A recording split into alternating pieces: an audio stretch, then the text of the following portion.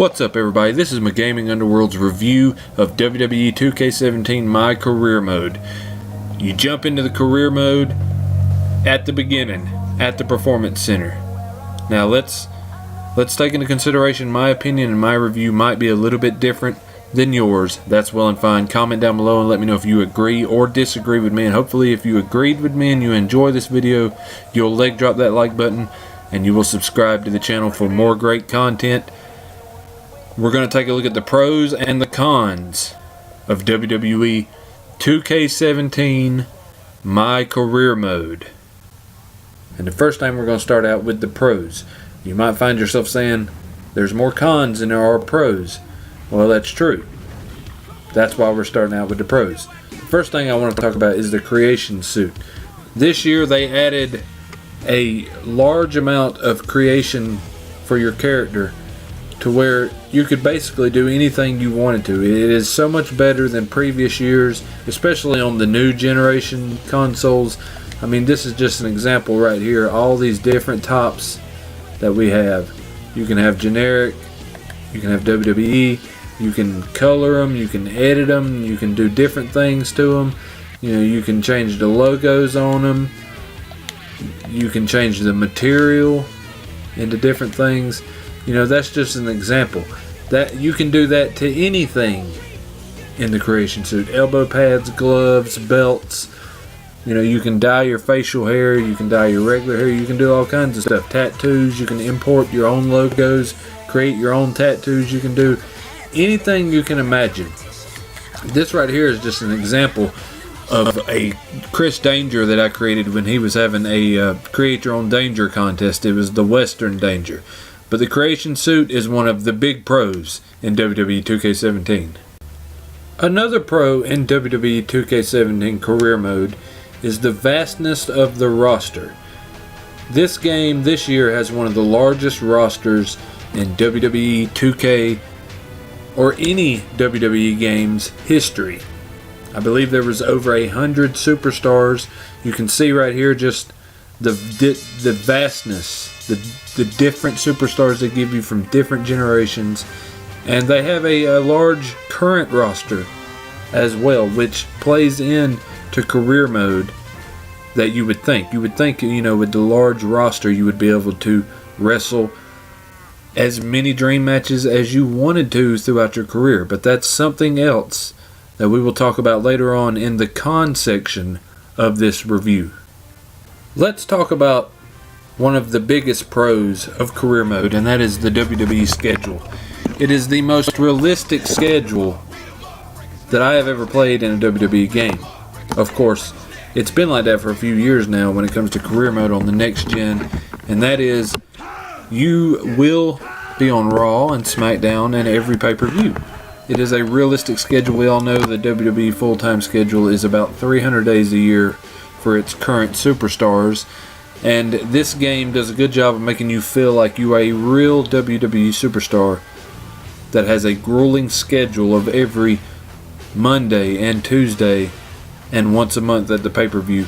And if you're in NXT or just on SmackDown, then you have SmackDown and main event, or NXT and main event, and then a takeover event as well. It does a good job of making it feel realistic, like you are a real WWE superstar living on the road, having to wrestle 300 days a year. But in this case, it's every Monday, every Tuesday, and every pay-per-view. We will talk about that later on in one of the cons of the game, because that is something that kinda I had a small problem with. But that is another pro, is the schedule and the realism that this game brings to career mode. Let's talk about another pro of career mode that I was very impressed with. We all know the past couple of years we've had the Authority Challenge when it comes to career mode, but basically that's it. This year in 2K17 they added the Paul Heyman Challenge, otherwise known as the Heyman Guy Challenge to get technical.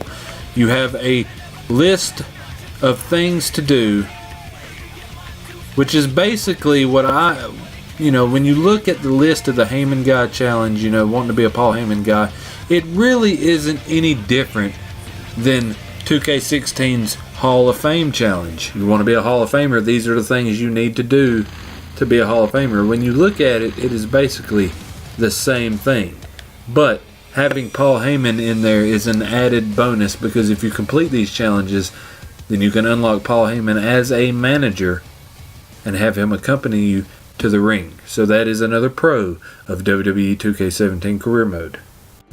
Now let's talk about another pro in the game, and that is the new promo system. This was a great feature that WWE 2K added to this year's model. It allows you the ability to cut promos, self-promotion, or call people out, or form tag teams, or turn face or heel. This was a great feature. But it's also one of the cons as well. The bad thing about the promo system is it is very generic. You start running out of options. You start seeing the same thing over and over in the WWE, and the point is to get the crowd behind you, especially if you're going into a versus promo. The only bad thing though is, like I said, it is very repetitive, and eventually you will start to see the same selections over and over again, and it gets very boring because you're sitting here and you're picking the same thing. You find yourself skipping through most of the entire promo. But that was a pro. Now that we've discussed some of the pros of WWE 2K17 My Career Mode, let's talk about some of the cons, some of the negative things about career mode. And one of the biggest things that glares out, in my opinion, is the loading screens. It doesn't matter, Raw, SmackDown, NXT, you have an opening loading screen. Now granted, it makes it feel realistic, like you're really watching a WWE television show, but at the same time it also becomes a nuisance because it's everywhere. Every show you do, you have to do this. You cannot skip it. You cannot do anything. No button will advance you or anything. And not to mention, on top of that, once you get through that loading screen, you come to the wrestler menu screen and you have a self-promotion, or you could have a tag team match or a singles match or any kind of match.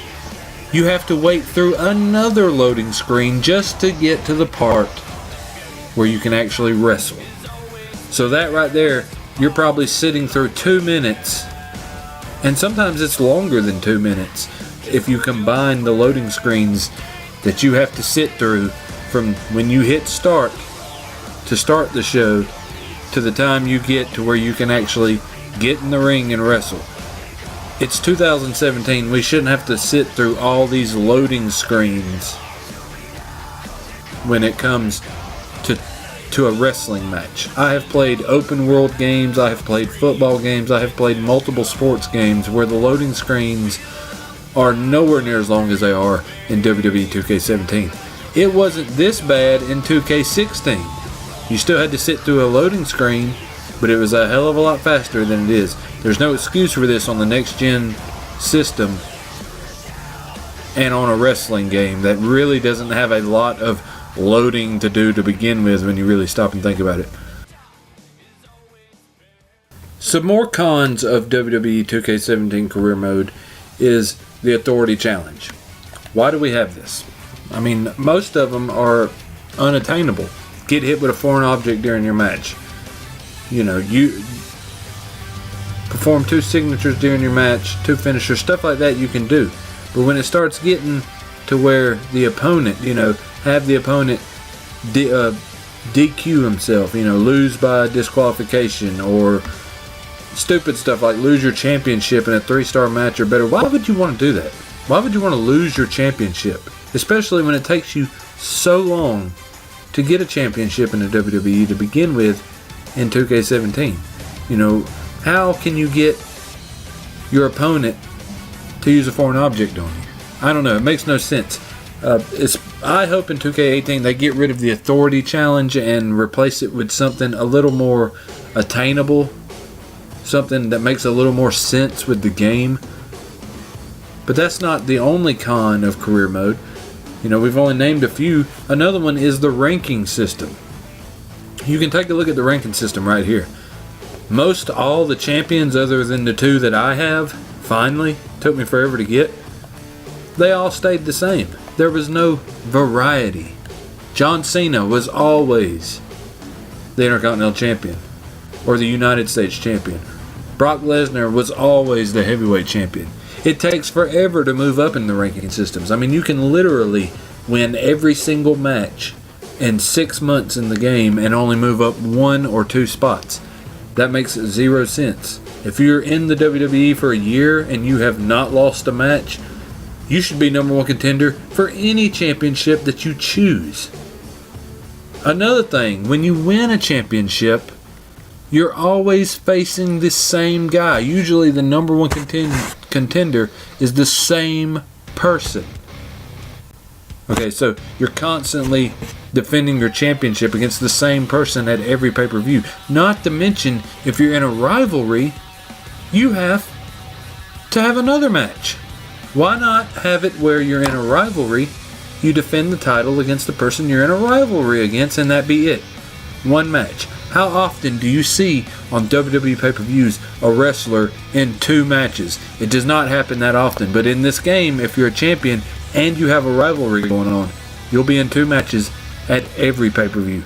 It makes it very frustrating when you're trying to accomplish something, because sometimes they'll put the first match before the title match, and then you go into the title match with low health. That is one thing that makes no sense in career mode this year, is why the ranking system is so hard to move up. Even if you go to 2K's website and follow the directions that they have posted for moving up in the ranking system, it still does not matter. It is a slow process, and it's just something that will get on your nerves probably more often than not. Let's talk about t-shirts. T-shirts is another thing. It doesn't matter if you change your t-shirt every couple of weeks. If you keep it fresh like it says you're supposed to do, it just doesn't work. Sometimes you'll have a few weeks of where you actually make some money off of it, and then most of the time it'll drop back down though. You change your shirt, same thing happens. It might go up, it might go down. That makes no sense. Why even have it? Why does it matter?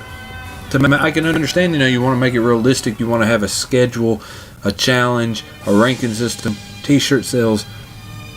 But is it really necessary? Do we have to have t-shirt sales? Especially when it amounts to nothing but giving you a little bit extra cash. You could substitute that with something else, like different challenges or improving the rivalry system or something. And that's another thing, the rivalry system. You choose rivals, alright? This is a big con right here. You'll start rivalries with different people. It doesn't make any sense. It's always the same cutscenes. It doesn't matter if it's Jack Swagger, Enzo Amore, Darren Young, Daniel Bryan, John Cena, Kofi Kingston. It doesn't matter who you're in a rivalry against. 9 out of 10 times, you're going to see the same cutscenes, which is usually attacking from behind, attacking during interviews, coming out, sitting down at ringside, coming through the crowd. Oh, they distracted you. Oh, you shook hands and somebody punched you. Oh, they kicked you in the groins. 70% of the time, they don't even work. I was in a rivalry with Triple H. He wasn't even there. It was like an Invisible Man cutscene. I mean, I don't understand that. How could they screw it up that much?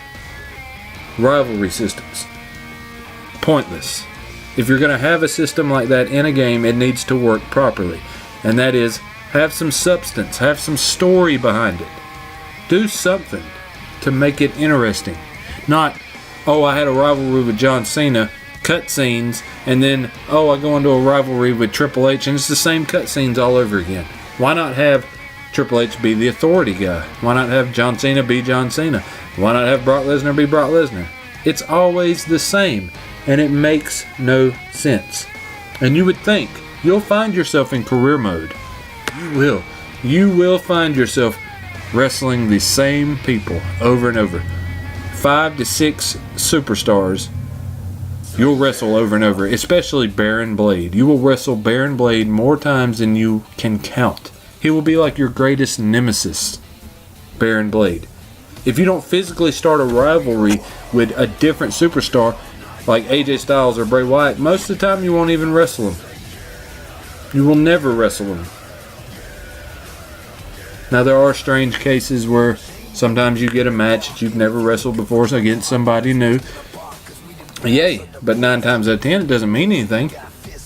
And another thing, you'll be in a rivalry with somebody and you'll wrestle them 2 or 3 times before the pay-per-view. That makes it very boring. Why not have the cutscenes, have them getting involved with each other, tag team matches perhaps, and then you wrestle at the pay-per-view. Throw a stipulation in, do something, have some kind of story. The rivalry system in WWE 2K17 is probably the worst I have ever seen it. At least in 2K16, if you feuded with the Authority, somebody like Sting would come out and help you. There was some substance to it. This year it was like they scrapped everything from the past, redid it, and took a dump on it because it really sucks. It is not good at all. And another thing, the schedule. I was talking about the schedule earlier. You have no days off. It would be nice sometimes that instead of having a match every Raw and every SmackDown, sometimes you just do a promo. Or maybe you come out to the ring with somebody. You know, you don't see superstars wrestle every single week. Sometimes they do, sometimes they take weeks off, they just cut a promo. That's the way it is. That's the way it should be in the video game as well. Especially if you're going to put us against the same people over and over and over again. Let's not forget about the face and heel turn promo system. Virtually impossible. You can see right here. It took me forever to get that heel meter down just that much. And if I strike the referee, or if I do anything out of ordinary that a face would not do, it'll go all the way up. You can have it halfway down and in one match go all the way full again. Just from one thing. You could barely run. You could accidentally run into the referee and it would fill your meter up. And if you have blood turned on and you make somebody bleed, your heel meter goes all the way back up. So all that work you put in to try to turn back face doesn't matter. That's another thing that should be cut out of the game. It should not be that hard to turn face or heel. It is not that hard in the real WWE. It should not be that hard in a video game. A video game that we're supposed to be playing to be able to do what we want. Yeah, let's make it realistic, but let's be able to do what we want to do with our characters as well. So there you have it. Some of the pros and some of the cons, in my opinion, of WWE 2K17 My Career Mode. Overall review, you know, it's alright. It's not that great. They added a lot of things to this year's model that were very unpolished.